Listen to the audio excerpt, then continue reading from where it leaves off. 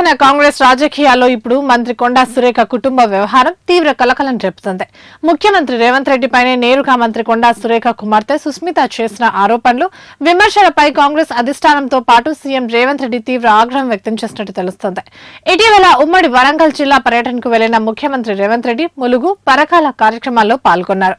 అయితే ఈ పర్యటనకు వరంగల్ జిల్లాకు చెందిన మంత్రి కొండా సురేఖ గైరాజరు కావడం పెద్ద చర్చకు దారితీసింది. పరకాల ఎమ్మెల్యే రేవూరి ప్రకాష్ రెడ్డితో ఉన్న విభేదాలే దీనికి ప్రధాన కారణమని పార్టీ వర్గాల్లో నడుస్తున్న చర్చ.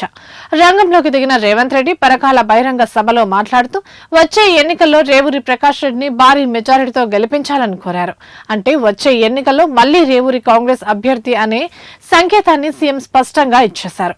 దీంతో సీన్ ఒక్కసారిగా మారిపోయింది. సీఎం వ్యాఖ్యలు జరిగిన మరుసటి రోజే కొండా సురేఖ కుమార్తె సుస్మిత పరకాల నియోజకవర్గంలోని గీసుకోటలో ప్రత్యేకంగా సభ ఏర్పాటు చేశారు. అక్కడ సీఎం రేవంత్ రెడ్డితో పాటు స్థానిక ఎమ్మెల్యే రేవూరిపై తీవ్రస్థాయిలో విమర్శలు గుప్పించడమే కాకుండా వచ్చే ఎన్నికల్లో పరకాల నుంచి తాను పోటీ చేస్తానని బహిరంగంగా ప్రకటించారు. ఈ పరిణామంపై పీసీసీ తీవ్రంగా పరిగణించింది.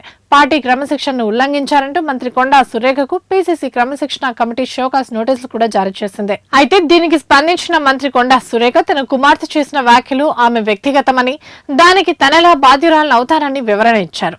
మరోవైపు ఢిల్లీ పర్యటనలో ఉన్న సమయంలోనే ఈ అంశంపై పలువురు ముఖ్య నాయకులు, ఉప ముఖ్యమంత్రి, మంత్రులతో మాట్లాడిన సీఎం రేవంత్ రెడ్డి క్రమశిక్షణ రాహిత్యాన్ని సహించేది లేదని, ఖచ్చితంగా చర్యలు ఉంటాయని హెచ్చరించినట్టు కాంగ్రెస్ వర్గాలు చెబుతున్నాయి. కేవలం నోటీసులతోనే ఆగుతుందా, లేక కొండా కుటుంబంపై అధిష్టానం కఠిన చర్యలు తీసుకుంటుందా అనేది ఇప్పుడు తెలంగాణ రాజకీయాల్లో హాట్ టాపిక్ గా మారింది.